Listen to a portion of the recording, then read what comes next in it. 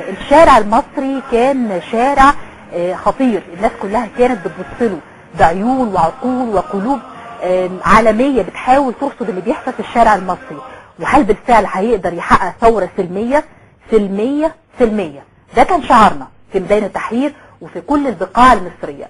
سلمية علشان مصر تبقى دولة حقيقية، دولة تستحق انها تكون بتأكد فكرة ان احنا فعلا من اعرق الامم، واي حد عايز يحاول يغيبنا او يبعدنا عن الفكرة دي احنا هنقف قدامه، مش بالكلام ولا بالكلام النظري لكن بالافعال اللي فعلا قدر يعملها الشباب والشعب كله بكل طوائفه، من الاول الطفل، الشاب، الكهل، المسلم والمسيحي، المرأة والرجل، كله كان بيشارك في نسيج واحد علشان التغيير، عشان نحقق حرية لمصر وتغيير لمصر. الشخصية المصرية لو رصدناها في الوقت دوت هنلاقي ان فيه سمات كثيرة جدا. انا عجبني جدا تعليق بعض الناس واللي حسيناها في ميدان التحرير ان هي دي مصر، مصر اللي جات لنا، هي دي مصر بتاعت زمان، مصر اللي كلنا بنقعد فيها، مصر اللي فيها المسلم والمسيح وبنحترم بعض، مصر اللي فيها ست وراجل ومفيش تحرش بينهم، مصر اللي فيها شباب وعواجيز واطفال كلهم مع بعض، الكل بيأكل التاني والكل خايف على التاني وكل بيغطي التاني، ولو واحد اصيب التاني بيجري عليه ويوديه لأقرب دكتور في المستشفى الميداني اللي موجود في ميدان التحرير. واللي حصل في ميدان التحرير كان نموذج لبقاع كتير جدا في الارض المحروسة مصر. الحالة ديت هي دي مصر بجد، وهم دول المصريين. علشان كده لو حصل اي تغيير وشفناه الايام دي، او شفنا خليني اقول بعض السلوك العدواني من ناس او ناس بتهاجم بعضها، لازم نرصد ونحلل ونعرف ايه السبب ومين دول ومين اللي هدفه ان يحمي الثورة بجد ومين اللي هدفه ان يدمر الثورة بجد. معانا في الفقرة دي الحقيقة او فاضية النهاردة من ثقافية كافيه الشاعر محمد حسن. اهلا بيك، ازيك يا محمد؟ ومعانا ايضا الاستاذ عمرو الحناوي، هو اخصائي نفسي ومدرب معتمد في المركز العالمي للتدريب والاستشارات. اهلا بيك. اهلا حضرتك. مساء الحرية عليكم. شاركتوا في الثورة؟ يعني مش هنقول ان احنا من الصغار، انا بتكلم عن نفسي، لكن رحت الميدان يعني. رحت الميدان يا عم. تجربتك ايه في الميدان؟ انت نزلت من اول ايام ولا نزلت لا ما نزلتش اول الايام، وكنت من الناس اللي من قبل الثورة كنت قلقان على البلد، يعني من تجارب سابقة في تونس وفي افغانستان وفي بغداد والفوضى، كنت خايف من الفوضى. لكن لما لقيت ان خلاص الشعب قال كلمته كتير، يعني انت ما تغيرش مبادئك، مش صح انت، لكن ممكن تغير المواقف تتغير طبعا للاحداث، فده هيتغير. يعني شايف ان خلاص، يعني حتى الواحد كتب شعر خاص بالموضوع ده ممكن هنبقى نقوله، لكن احنا المهم نتكلم فيما بعد الثوره. هو ده مهم قوي. ايوه. انت بترصد ازاي اللي حصل دلوقتي؟ شايفينه ازاي؟ شايفين الحاله اللي موجوده في مصر دلوقتي ازاي؟ حضرتك ازاي؟ يعني كل حال دلوقتي في ميدان التحرير يافطه مكتوب عليها الشعب يريد اسقاط النظام، الحكومه اتشالت، الرئيس اتشال، جمدت ارصدته، امن الدوله تم ازالتها. طب اسقاط ايه؟ يعني انا مش عارف، في خيم لحد دلوقتي حضرتك في مجلس في ميدان التحرير. فاحنا يعني احنا كنا بنقول عايزين الثوره ديت وحاطين ايميلات بيقول لك ابعتوا عشان ناخد جائزه نوبل. احنا كده بنشوهها خالص، احنا عاملين زي الجنين الجميل بس مش عارفين نستوعبه، وهي الكوره في ملعبنا دلوقتي. يعني احنا اسقطنا النظام. انا عايز اقول لك عليها محمد ملحوظه، ان احنا صورنا في ميدان التحرير، ويمكن برضو يعني محمد يشاركنا في الجزء دوت، ان ميدان التحرير اللي انا شفته في المظاهرات او شفته في اول ايام مختلف شويه عن ميدان التحرير اللي حاصل يوم الجمعه اللي فات او الايام اللي فاتت. يعني اعتقد المساله بقت فيها ناس كتير جدا جايين يا اما بشكل احتفائي او يتفرجوا على الميدان ده اللي حصل فيه، او بمطالب فئويه او تحت الفئويه بكتير جدا، مطالب تكاد تكون شخصيه للبعض، مع قله هم اللي بيحاولوا يكونوا متواجدين عشان يحافظوا على مطالب الثوره. يعني برضه هو يمكن زي ما قال في اسقاط النظام، لكن في ناس مثلا متصوره، وخلينا اقول كل اراء، النظام لم يسقط بعض لو لسه رؤوس بعض هذه النظام موجوده. ده التصور اللي عنده، قادرين ان هم عايزين يحموا البلد دي ورافضين اي حد يحاول يدمر البلد دي.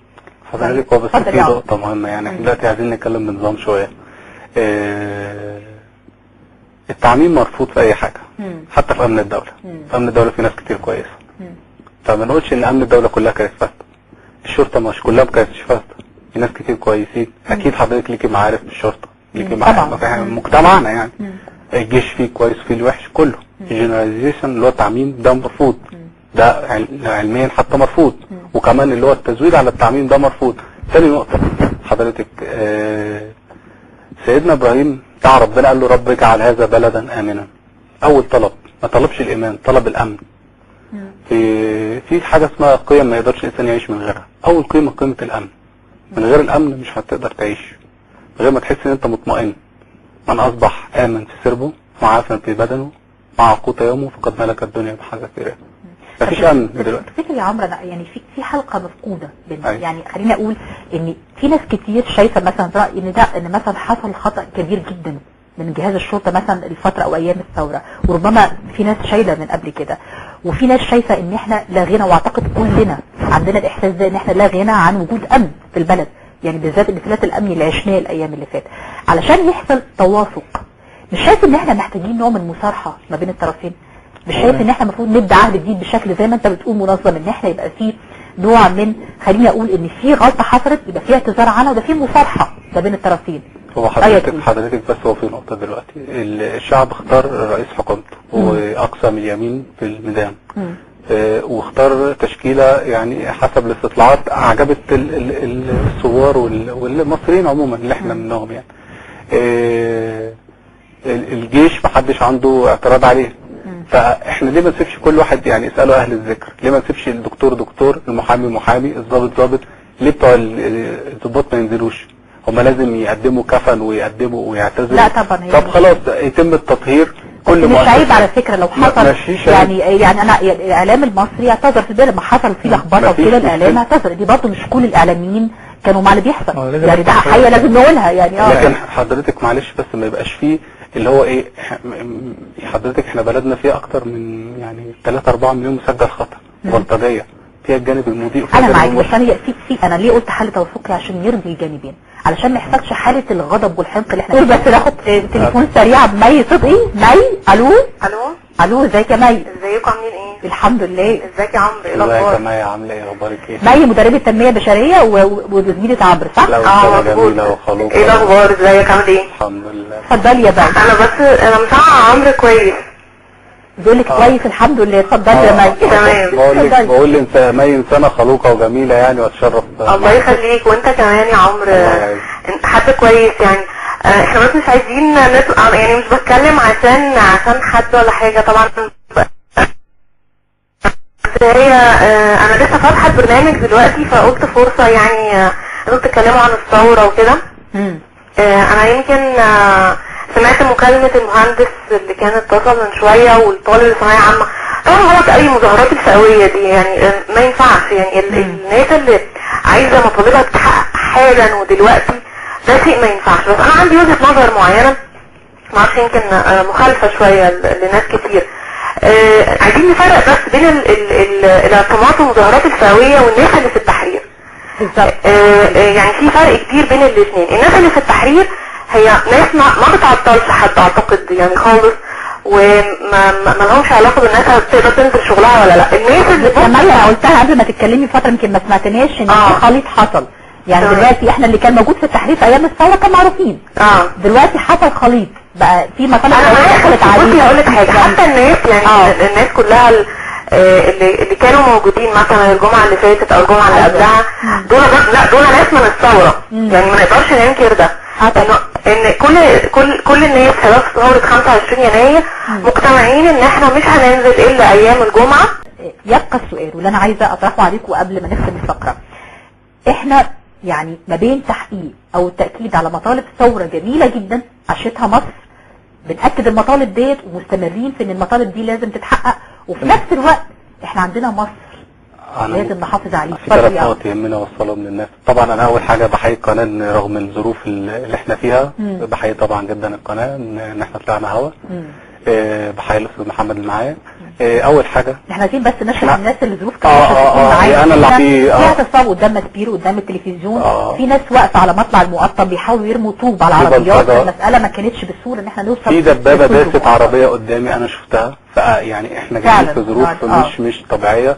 لكن دي رساله. حضرتك انا هتكلم عن نفسي بصفه شخصيه. هو كان لمح عن مجموعه عز. انا اشتغلت فتره كبيره فيها ومشيت بشكل مش يعني مشيت بشكل يعني في ظلم شويه، لكن هل بقى اجي اجمع ناس اصدقائي ونروح؟ لا. يبقى لازم نصبر. ربنا بيقول لا تتنازعوا فتفسد ريحكم واصبروا. انا يعني الايه مش حاضره في ذهني بالظبط، لكن ربنا دعانا بالصبر. ثاني نقطه، ودي اعتقد عايزين الحب ينزل كده ما بين الناس. انا عايز اسال كل واحد اخر مره قال للتاني انا بحبك امتى؟ صلات ارحام اتقطعت ما بين انت مع الثوره ولا مش مع الثوره. صحيح. من الطبيعي ان احنا نختلف، لكن ما نتخاصمش وما نقطعش بعض. يبقى عندنا كمان ثقافه اختلاف، نحترم بعض. لازم اخر مره حد قال للتاني انا بحبك امتى؟ انا بسال اي حد بيتفرج علينا، قال له انا بحبك امتى؟ مش قال له شفت اللي حصل. صفحات الفيسبوك مش هي اللي المفروض تقود الراي العام. دلوقتي كل صفحه يعني دلوقتي حضرتك احمد شفيق مشي، معلش انا هتكلم دقيقتين بس، اتعمل 200,000 صفحه الاستاذ احمد شفيق مع كامل احترامي ليه. مش بتقودها بس في وسيط موجود في العالم حضرتك ازاي بقى في صفحه لمجلس الوزراء ويقول لك دي رسميه، وفي مجلس الوزراء عصام شرف ومجلس عصام شرف، في 3 صفحات كده. دي عشوائيه. ان حضرتك تاني حاجه شركه الفيسبوك صاحبها انا قريت له تصريح، احنا المصريين حلو قوي ليه، احنا قاعدين احنا ما بنمتلكش، قاعدين على الفيسبوك. خالد سعيد، صفحه خالد سعيد هي اللي بتوجه الشعب دلوقتي، وده مش صح. كان لها دور وكان دور جميل، لكن مش معلش مع كامل احترامي للقائمين عليها سواء انا بعتقد يعني هي المشكله مش في الفيسبوك، اسمح لي برضو، هي المشكله في انك انت عندك وسائط مختلفه. تعاملنا احنا مع الوسيط ده هو المشكله. زي فكره الموبايل في حد ذاته مش هو المشكله، لكن انا بستخدمه ازاي هو ده النقطه، الوعي. لكن فيسبوك في العالم كله، الانترنت اساسا عايز اقول لك انها من ضمن الحاجات اللي ساعدت الحمله الانتخابيه الامريكيه لرئيس اوباما، الانترنت الفيسبوك. أيوة. فالمساله مش الوسيط بقدر ما هي وعي ان انا اتعامل مع هذا الوسيط. كل شيء فيه الايجابي وفيه السلبي. هي دي نقطه الوعي. اكتر من نص الشعب لا يقرا ولا يكتب. فدول المفروض معلش ما يصوتوش في انتخابات. ازاي انت تفرز رئيس ونص غلطة النظام السابق؟ اللي بيعرفوا يقروا يكتبوا، انا اشك ان 99% منهم، وما نحبش نعمم زي ما قلنا، يعرفوا المواد اللي اتعدلت ولا هتعمل عليها استفتاء. طبعا ده كان تضليل. انا هقول لك فكره حلوه جدا حضرتك بتربط كلامك ما بين بعض. يعني في تجربه جميله جدا عملوها بعض السينمائيين، منهم هالة خليل المخرجه السينمائيه، عملت تجربه محو الاميه على الانترنت. يعني بص الوسيط ده ممكن يحقق مطلب من اللي انت بتقوله، ان يبقى ازاي احنا عندنا زي التثقيف السياسي، زي الناس تبقى فاهمه الدستور والاستفتاء على الدستور، الانتخابات. فليه ده ما يكونش ان احنا نحاول نستغله بشكل ايجابي؟ انا بس ممكن اقول 3 نصايح بس بسرعه. اول نصيحه يعني الناس تحاول توفر وقتها شويه من القعده على النت، الا لو هي بتأدي رساله. ما تقعدش كان الانسان اكثر شيء جدلا، مش هنوصل لحاجه. حضرتك كل انسان ليه اطار، زي الحصان كده معمول له اطار عشان ما يلتفتش. تمام. الحصان اتعمل له اطار كده عشان لو قعد يلتفت مش هيصل. دي نقطه مهمه جدا. دي اول نقطه. ثاني نقطه لازم الحب يرجع، لازم الناس تتصالح مع بعض. احنا كلنا شعب واحد. انا حضرتك انا مواقفي اتغيرت كتير قوي ايام الثوره طبعا للاحداث، مبادئي ما اتغيرتش لكن مواقفي. فعملت برضو قصيدة هي 5 سطور ممكن بس اقولها. هي تعبر انا عارف، وانا عارف ان كان الواحد برضو كان جاي على فكرة مسبقة، بس كده كانت بتقول ما سمعتش صوتهم لما قالوا عليا عميل، ولا سمعت صوتهم لما قالوا وطني وجميل، ولا انتبهت لما قالوا ده كل يوم بحال، ولا اتكسفت يتقال زي ما يتقال. ما كانش فارق معايا يفضل جوه ولا بره القصر، اصل ما كنتش سامع غير صوت واحد، صوت مصر. كان انحيازي للي هياخد مصر البر الامان، حتى لو كان هو نفسه اللي جرح فيا وين. انا كنت قلبي على مصر. لما يوم 2 ابريل والناس بتولع في ميدان التحرير، قلبي على المصريين دول ودول. دول مصريين ودول مصريين. فاحنا يعني معلش بس عشان اخر حاجه، آية في القرآن ربنا بيقول واذكروا نعمة الله عليكم إذ كنتم أعداء فألف بين قلوبكم فأصبحتم بنعمته إخوان. افتكروا النقطة ديت. رب اجعل هذا البلد آمنا. أول دعاء قالوا آمنا. ربنا قال لنا بنولكم بشيء من الخوف. بدأ بالخوف. ما ينفعش يبقى في حرية بدون خوف، في خوف. ما ينفعش دلوقتي اللي ماسك الحكومة نثق فيه، نديله فرصة. فأنا معلش أنا بس حبيت أقول الكلام ده لأن ده يعبر عن ناس كتير قوي. آخر حاجة لازم الشرطة تنزل. الشرطة مش كلها وحشة ولا امن الدولة كلها وحشة. ليه توصية صغيرة لمحمد قبل ما انا كنت الفت كتاب والحمد لله لقى مبيعات هايلة قبل الثورة بشهرين واستضافوني هنا في القناة. كان قدامي ممكن الف كتاب ساخر لكن انا الفت كتاب يبقى جزء من الحل. كان اسمه هل انتهيت؟ رسائل تبوح لنفسك انه لا مجال ليأسك. فانا نصيحة بس لمحمد يعمل كتاب بيعرض المشكله وبيعرض الحل. خلاص عرفنا مشاكلنا وحفظناها، عايزين حلول بالله عليكم، عايزين حلول طبعا. وعايزين اللي يقول كلمه طيبه للناس ترفع من روحهم معنويا. انتوا في كلامكم النهارده قلتوا حلول، يا ريت انا بس بفيد كده يعني. اتفضل يا محمد.